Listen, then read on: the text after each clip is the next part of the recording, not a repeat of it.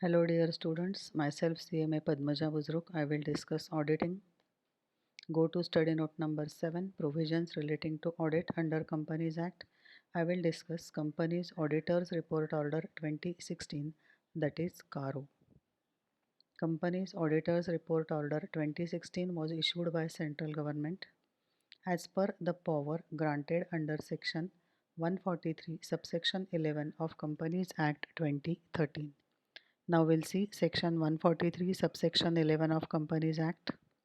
The central government may, in consultation with National Financial Reporting Authority by general or special order, direct in respect of such class or description of companies as may be specified in the order that the auditor's report shall also include a statement on such matters as may be specified therein.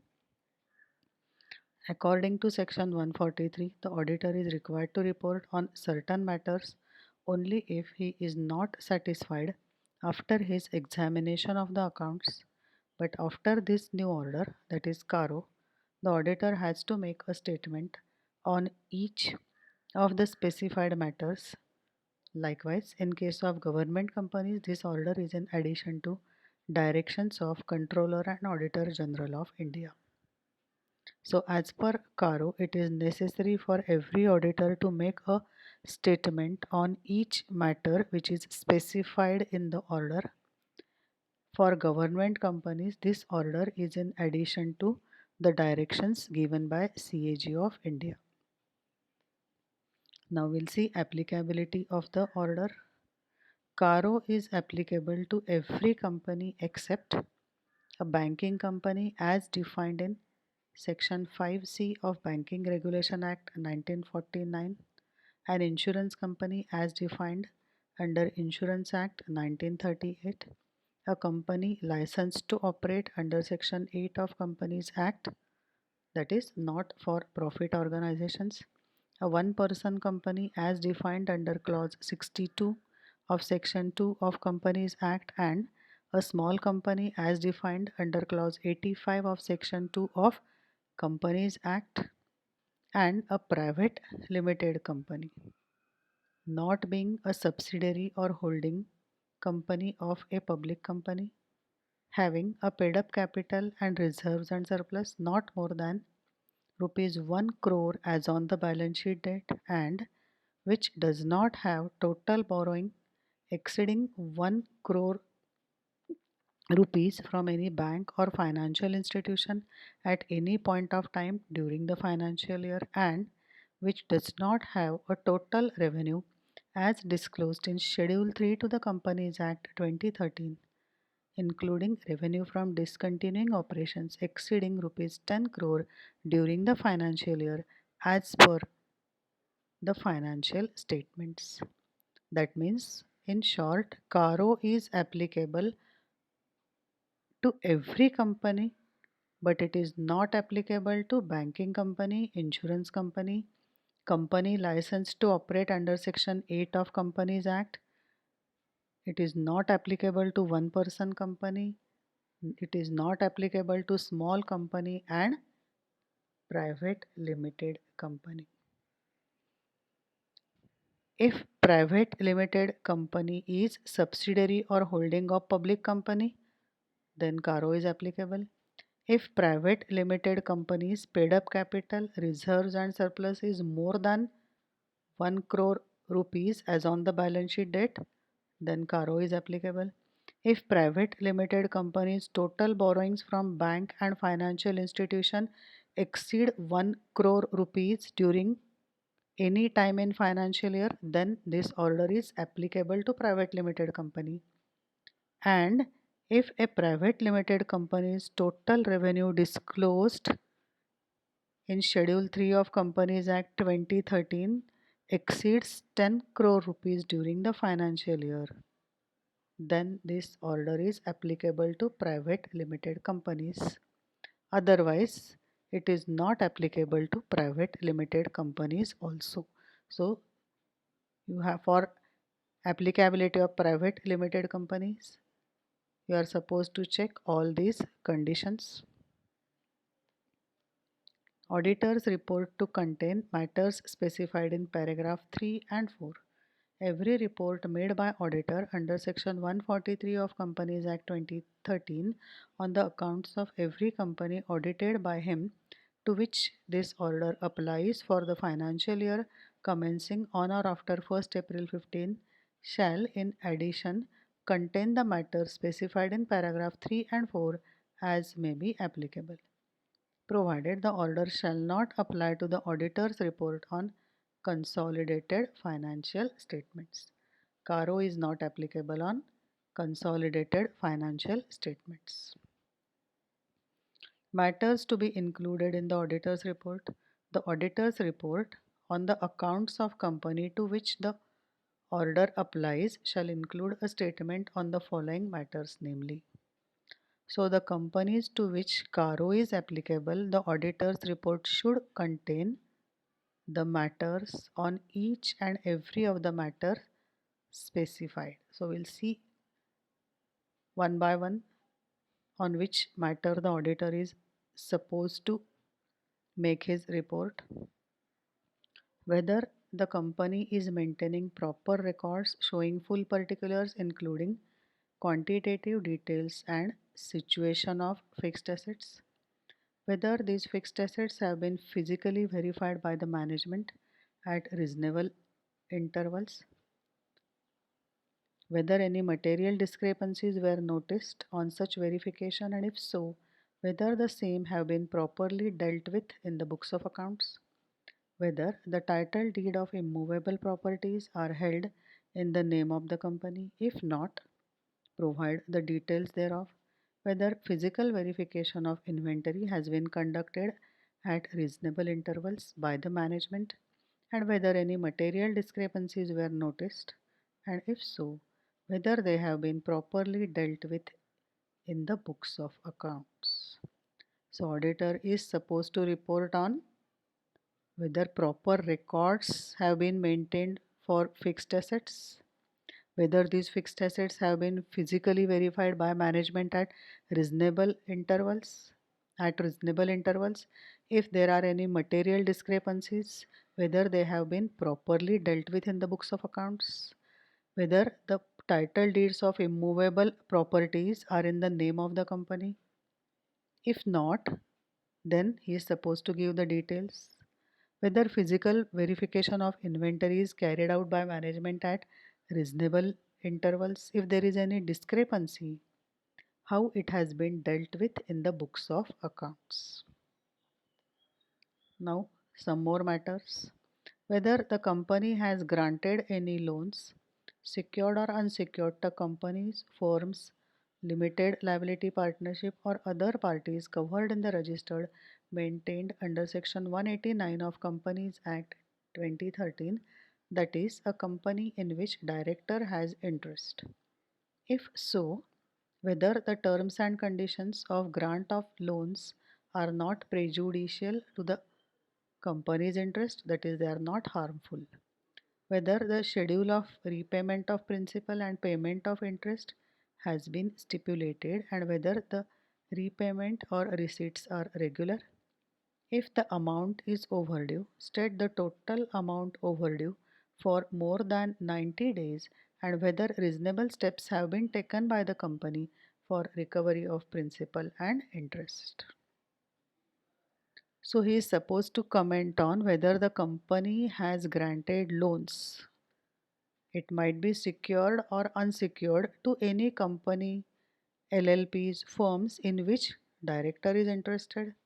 And if so, that means if the company has granted any loan to such companies, then whether the terms and conditions are harmful to the company's interest, whether repayment of principal and interest on such loan has been stipulated, whether regularly they are getting interest as well as installment repayment.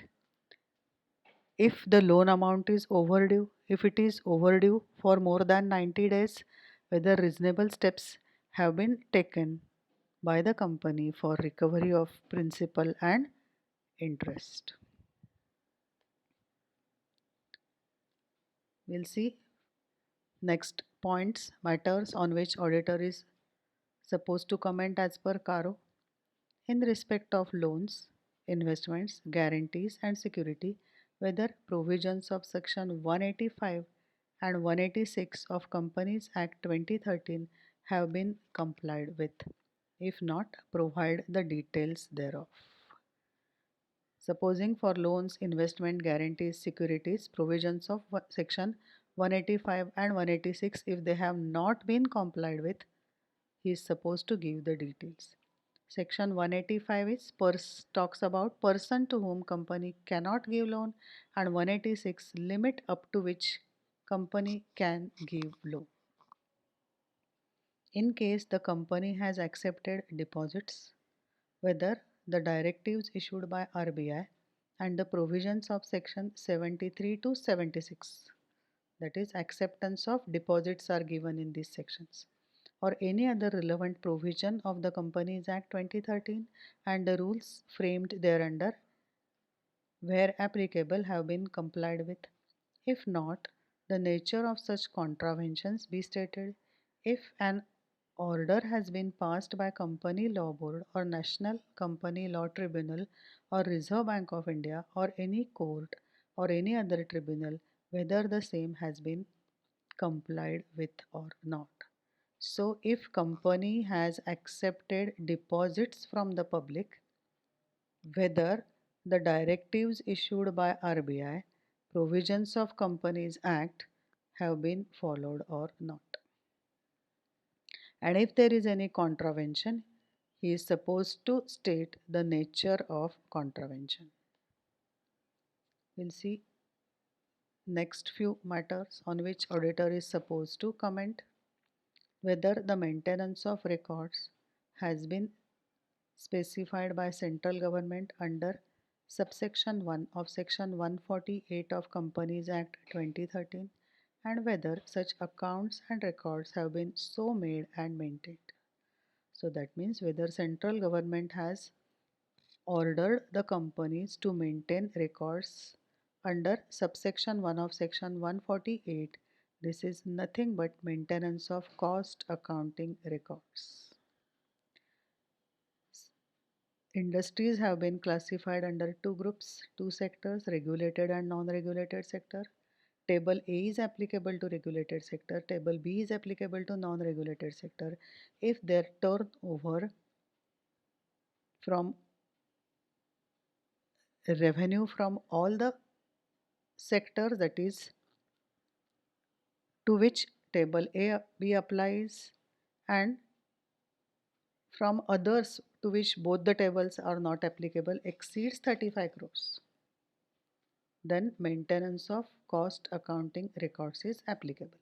So it is the duty of the auditor to check this and comment whether the company is regular in depositing undisputed statutory dues, including provident fund, employee state insurance, income tax, sales tax, service tax, duty of customs, duty of excise, value added tax, cess, and any other statutory dues to the appropriate authorities, and if not, the extent of arrears of outstanding statutory dues as on the last day of financial year concerned for a period of more than 6 months from the date they became payable shall be indicated.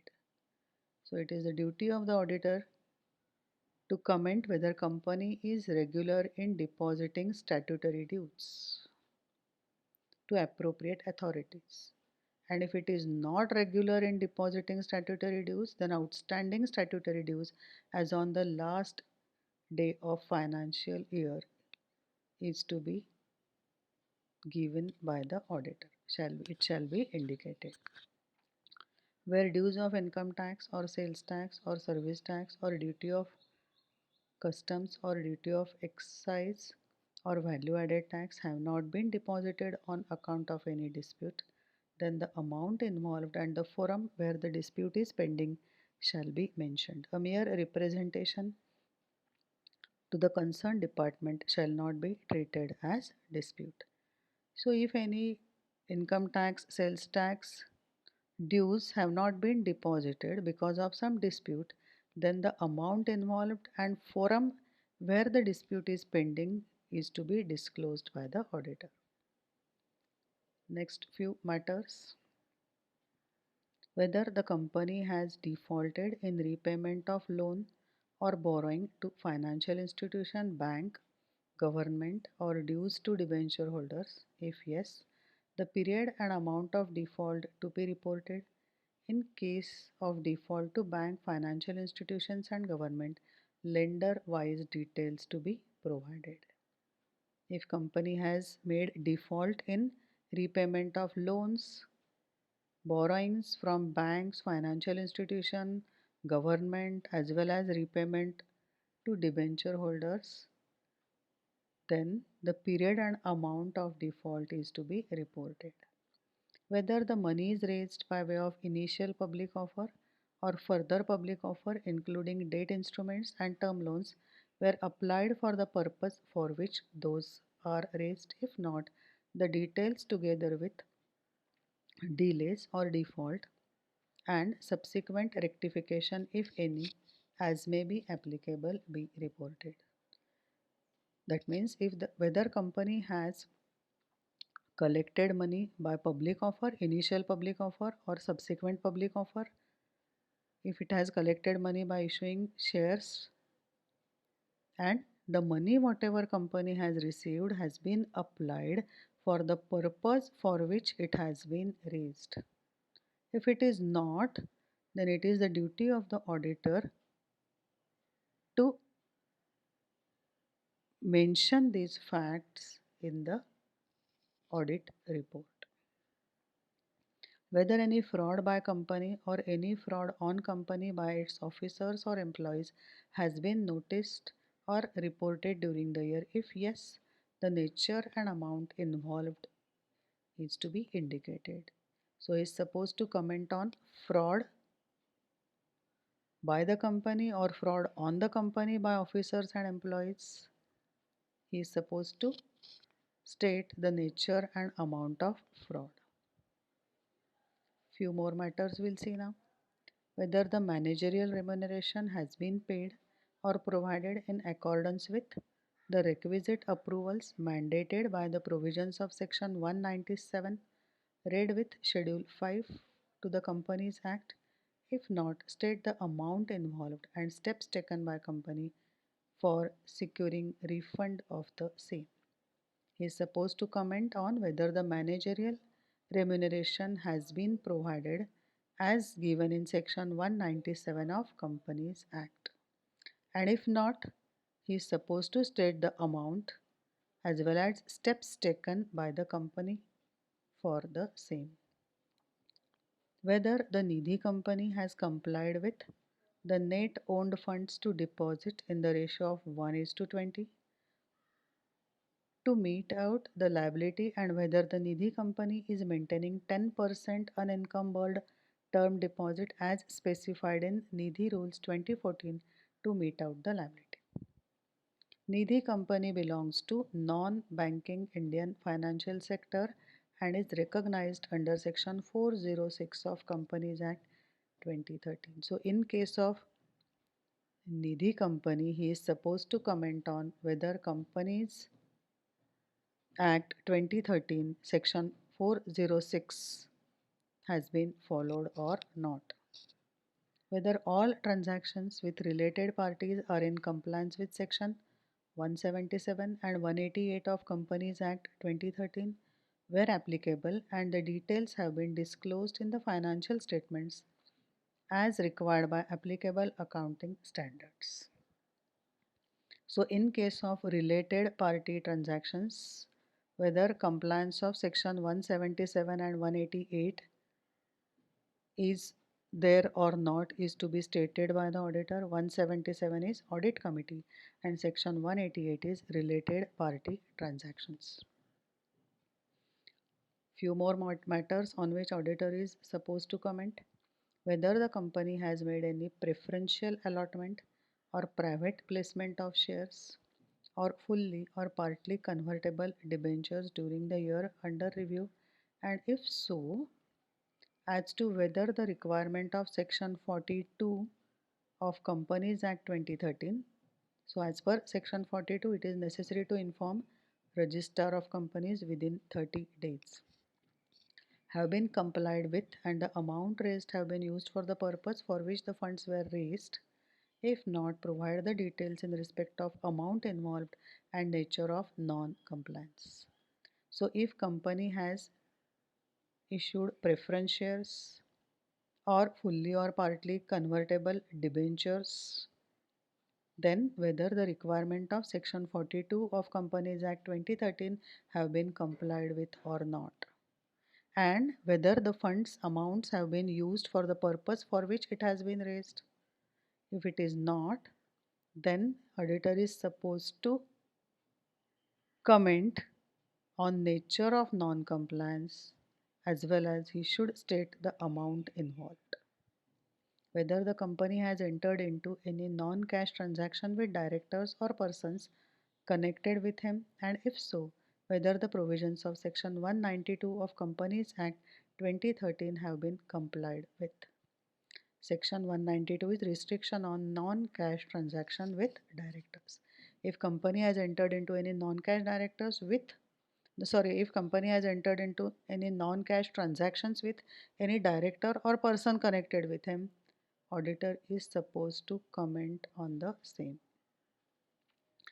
Whether the provisions of Companies Act have been followed or not, that is supposed to check.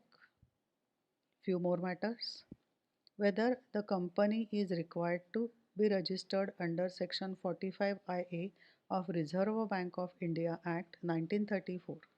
So this section is nothing but non-banking financial company, and if so, whether the registration has been obtained. So if company is required to register under Section 45 IA of RBI Act, then if the registration has been obtained or not is to be commented by the auditor. Reasons to be stated for unfavorable or qualified answers. Now if the unfavorable reasons are there, qualified answers are there, he is supposed to give answers for the unfavorable and qualified opinions, where in the auditor's report the answer to any of the question referred to in paragraph 3 is unfavorable or qualified. The auditor's report shall also state the basis for such unfavorable or qualified answer as the case may be. Where the auditor is unable to express any opinion on any specified matter, his report shall indicate such fact together with reasons as to why it is not possible for him to give his opinion on the same. In this particular video, we have seen Companies Auditors Report Order 2016, that is CARO, applicability of CARO, and matters to be included in the auditor's report. Thank you.